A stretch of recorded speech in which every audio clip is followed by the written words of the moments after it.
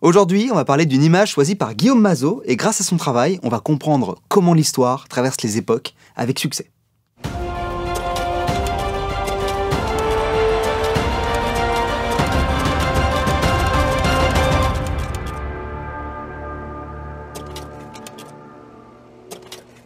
Il y a quelques années, un dialogue imaginaire entre un client et un employé de Burger King est devenu viral sur les réseaux sociaux. « Je pourrais avoir un Whopper sans fromage, la machine à Whopper est cassée. » La réplique renvoie à une expérience fréquente des consommateurs de fast-food et elle remporte un franc succès. Et encore mieux, de nombreuses variantes sont créées, ce qui transforme le dialogue en mème. Donc en une image ou une phrase, ou les deux, reprise et transformée en masse. Une variante de ce mème évoque la Révolution française. Robespierre prend la place du client et ne demande pas un hamburger, mais il dit « Let me purge one girondin, please ». Donc il demande qu'on lui permette de purger un girondin. Dans la deuxième case, une gravure de décapitation est accompagnée de la phrase « Guillotine machine broke ».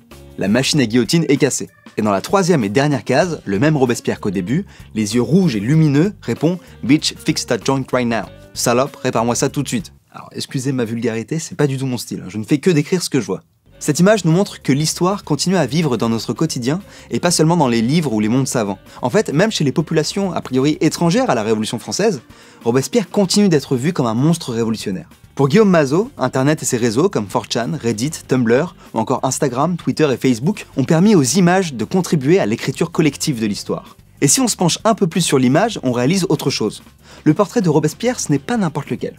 C'est un tableau anonyme de qualité conservé au musée Carnavalet. Et la victime, ce n'est pas n'importe laquelle non plus. C'est un Girondin, donc ces républicains modérés qui s'opposaient à la République sociale incarnée par Robespierre.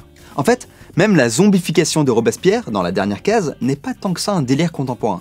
Il y a plus de 200 ans, les contre-révolutionnaires représentaient souvent les Jacobins comme des monstres et des vampires qui revenaient des enfers pour répandre la révolution et semer la mort. Et enfin, pour la panne de guillotine, elle évoque les gravures du Directoire qui montraient Robespierre comme le seul survivant au milieu d'une forêt de machines à l'arrêt pour le représenter comme l'unique bourreau de la terreur.